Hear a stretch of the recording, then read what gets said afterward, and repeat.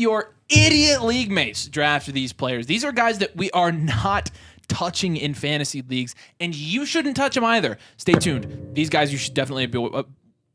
Just made a little echo noise.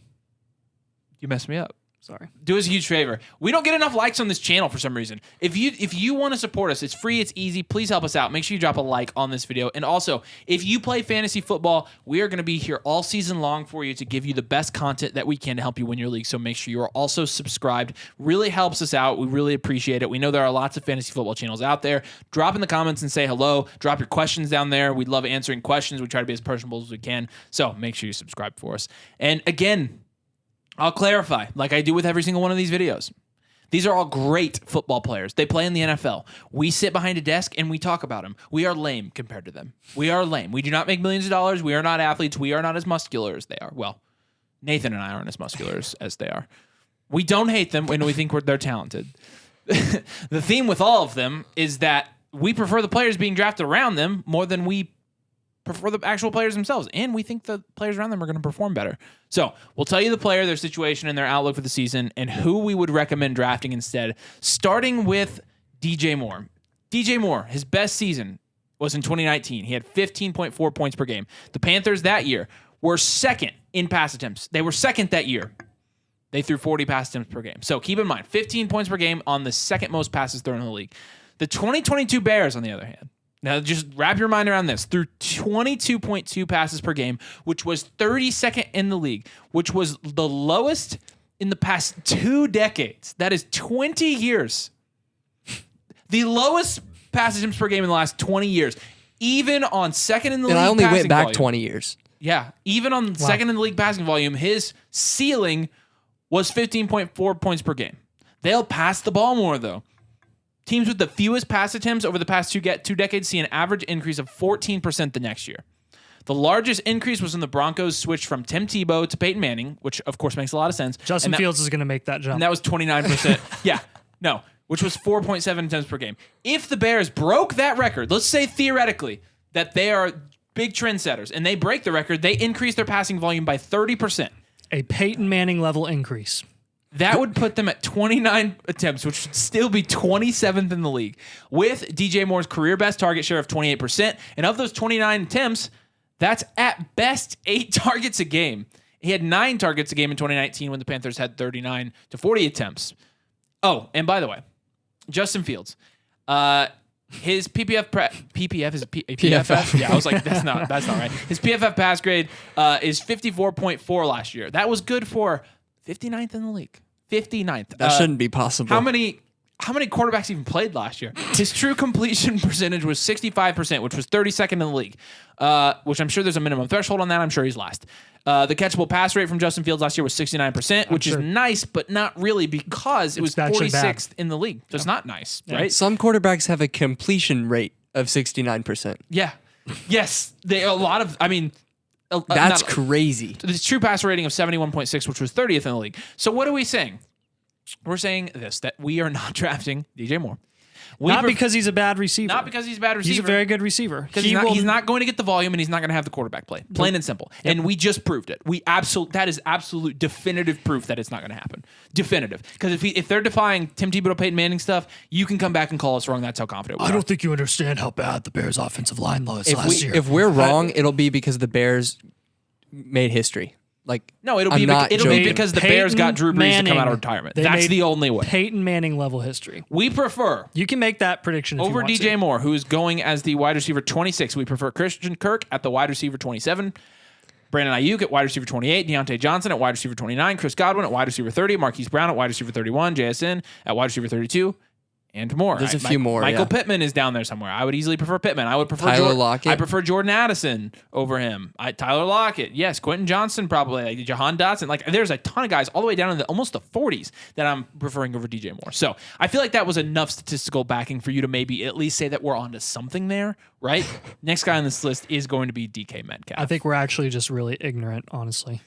But DK Metcalf going at wide receiver 15. He had a career best 5.3 targets and 61.6 yards on 13.3 points per game last year. 5.3 receptions, which my was fault. 5.3 receptions, which was good for wide receiver 24, I believe, on a points per game basis last season.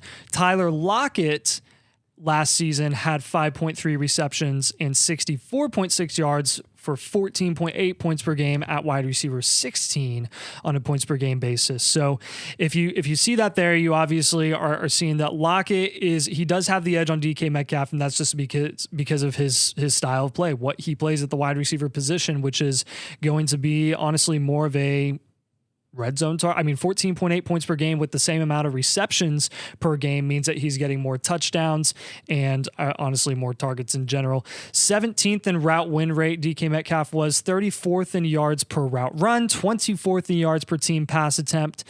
And he deserves to be a top wide receiver because of those numbers. Like, why are we taking him over Jackson Smith-Njigba? And I think that's going to be our biggest argument here. Like, he should be recognized as a very, very, very good wide receiver in the NFL. If you want to make an argument, a top 24 wide receiver, like, sure, that's completely fine. But from a fantasy football perspective, which we care about in fantasy, this is not real life NFL. If you prefer DK Metcalf over Tyler Lockett in real life NFL, if you prefer DK Metcalf over JSN in real life NFL because he's more proven, all power to you. Do whatever you want. Jackson Smith-Njigba in 2021 in college, granted, was playing alongside Chris Olave and Garrett Wilson. I'm sure you've heard this before, but we're going to say it again because it's been forgotten because of the current market value in fantasy of Jackson Smith-Njigba compared to DK Metcalf. In 2021, JSN 7.3 receptions compared to Olave's 5.4, compared to Garrett Wilson's 6.4.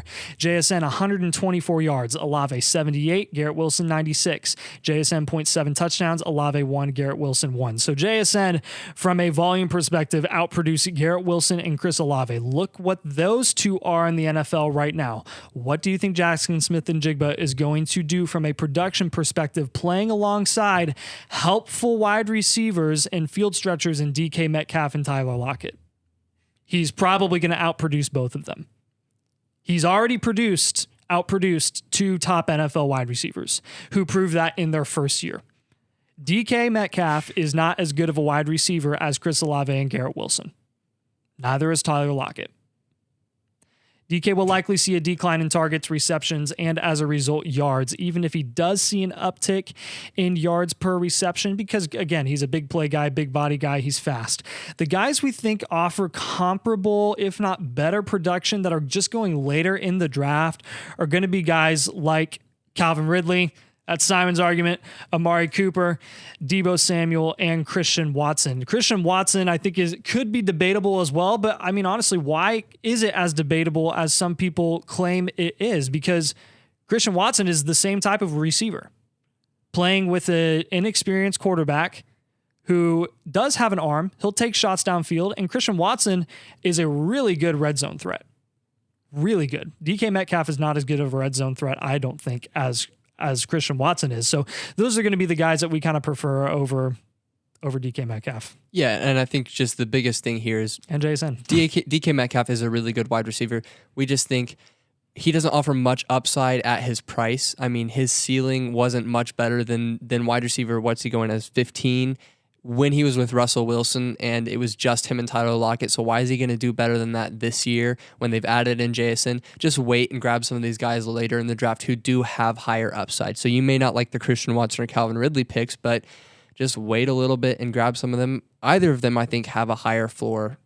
I mean, and a higher ceiling. So yeah. We're going to follow this up here with Alexander Mattison at running back 18. Mattison, the Vikings are obviously going to run the ball a crap ton next season. They added Josh Oliver. I don't know if you knew that. But as everyone, all of you watching know, the Vikings spent a first-round pick on a dominant run-blocking guard, demonstrating their desire to just spam the run game. They're going to run every play. Wait. Yep. No, that's not right. Oh, who did they draft? They drafted with their first-round pick 5'11", 173-pound wide receiver Jordan Addison. Don't they have like this guy named Justin Jefferson too? They what have about, they have the best wide receiver in the league. You mean Alexander Madison's they're better not than planning to run the ball every single play? Wait, what about TJ Hawkinson? Does he catch the ball? No, I thought he was a He's guard. pretty. No, he he's catches pretty the mid. ball. He's not a center. No.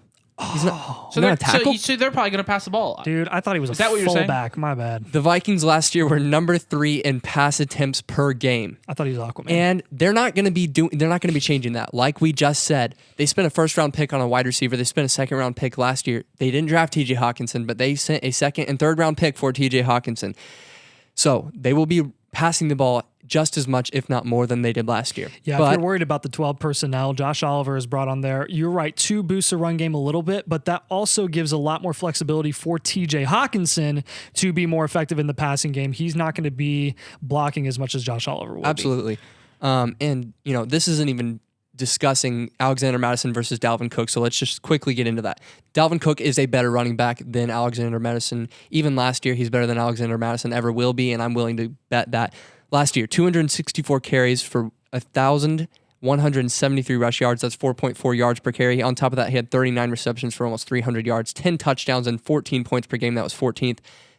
Doing that, he was second in routes run and 4th in route percentage. So not only will the Vikings run the ball less, Mattison is a lot less talented, and I don't even think he can give you 4.4 yards per carry. Over the last 2 seasons, he has had 3.7 and 3.8 yards per carry in relief of Dalvin Cook. It should be the opposite. He should yeah. be more efficient Look at as relief. Like, look at Khalil Herbert. Everybody Yep. wants to prop up the efficiency of Khalil Herbert, but Khalil Herbert, if he's going to be a workhorse back, is not going to see that level of efficiency. Not only is Alexander Mattison not efficient this year, he wasn't efficient as a backup, which is when you typically see backs be efficient. So Yeah. that's a total red flag in my opinion. Yeah, I'm sorry. I'm just not seeing it with Mattison. Yes, he offers upside. He could somehow become prime Dalvin Cook and be a top 10 running back, but it's not going to happen. I prefer J.K. Dobbins, even Miles Sanders at running back 20, Damian Pierce running back 22, DeAndre Swift running back 24, James Conner running back 25, just to offer you some options later that, in my opinion, will all outscore Alexander Mattison. Yeah, and the next guy, Travis Etienne, here is going as the running back 14 in fantasy leagues. Listen, the Doug Peterson committee backfield is real. We didn't want to believe it until they went and drafted Tank Bigsby. We were like, oh my gosh. And then we started doing some research. The Doug Peterson committee backfield, historically, the running back one in his offenses, their carry numbers are 155, 173, 120, 179, and 164. That's from 2016 to 2020. It's quite clear that the lead running back in a Doug Peterson offense ideally gets around 170 carries. That's probably on the high side too. And here's what Aaron Jones did with that workload in 2021. He had 171 carries. He had 4.7 yards per rush. He had 52 receptions. He had 15.3 points per game, and he was the running back 11. All right, let's look at another one. Here's what Tony Pollard did with that in 2022. He had 193 attempts, 5.2 yards per carry, 39 receptions, 15.6 points per game, and he was the RB8. Okay, now last season, let's look at Etienne. Etienne, With the most carries he'll ever he have. didn't have 170. 50 more than Aaron He didn't Jones. have 190. He had 220 attempts for 5.1 yards per carry. Decent efficiency. 35 receptions. Here's where it's like, what? 12.1 points per game. He was the RB 23. Etienne in 2022 was ninth, as in top 12 in the NFL in red zone touches. He had 45 of them. And he barely broke RB2 numbers. He's done absolutely everything he can to prove that he is not capable of carrying a bell cow workload. And Doug Peterson honestly doesn't want him to. Why the heck else would they have drafted Tank Bigsby? It amazes me. We get sleeper alerts. It's like, oh, well, Etienne, he's going to be a 1,600, 1,700 yards. No, he's not. Because if he didn't do it last season on that much volume, he's not going to do it this year. He's not going to. And the fact is, they brought in Tank Bigsby to do something, right? They didn't waste a draft pick. Of all the organizations in the NFL that would do that, it probably would be the Jaguars. They didn't spend a third round pick on a water boy. Yeah. I think you should be. I think you should be considering that as well. A lot of guys here, but a couple that we prefer over Travis Etienne. We prefer Joe Mixon, an RB15, who's going behind. Actual bell cow. An actual bell cow who's actually going to score actual fantasy points and have actual red zone potential. Aaron Jones, heavily prefer him over Travis Etienne for sure. I mean, Aaron Jones is what Travis Etienne dreams he could be in fantasy. Yep. Kenneth Walker, we still prefer Kenneth Walker over Travis Etienne. There are even more guys, but that's just Not Alexander Mattison. Not Alexander Madison. Not him. That's true. But there are a couple guys more, but those are some guys you should be targeting instead of Travis Etienne. The next guy on this list is Kadarius Toney. Kadarius Toney is a guy that we have spent a decent amount of time talking about this offseason because he's earned it. He's been too overhyped in our opinion. And I think in fantasy, the expectations for him are too high, not because his upside isn't high, but because he probably is going to get hurt. And guess what? He already got hurt during training camp this year. 74 out of 93 in points per game by a second-year wide receiver selected in the first round. The names around Kadarius Toney that are at wide receiver 43, Laquan, I can't even say their names. Laquan Treadwell, N'Keal Harry, Jalen Reagor, Philip Dorsett, and Brashad Perriman. That is not a good group of wide receivers. To be fair, I mean, we picked a few, but looking at the wide receivers, these guys were all selected in the first round. What did they do their second year? How many points per game did they score? Those are the guys around Kadarius Toney. That is not pleasant company. No, doesn't not look good. We know all too well about Philip Dorsett too, as Colts fans. Look, we're not going to write off Kadarius Toney completely from a fantasy perspective, especially in best ball, because he does have higher upside. I think there are some points where maybe 5%.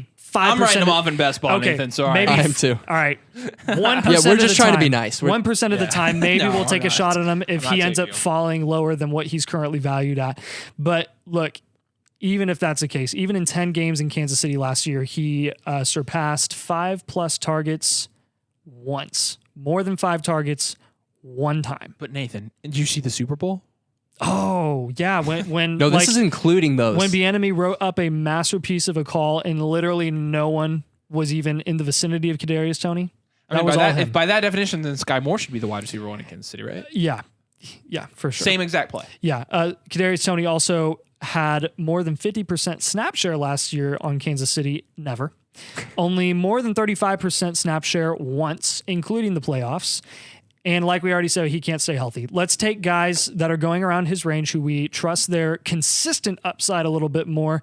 That's going to be a guy like Elijah Moore, who definitely has deep ball ability, and he does play in every single game. Zay Flowers, who is an actual wide receiver one in an offense. Sky Moore, who has a year in his pocket experience with Patrick Mahomes and can be a gadget guy. Jamison Williams as well, going at wide receiver 50, big playability. He'll be back after week 6.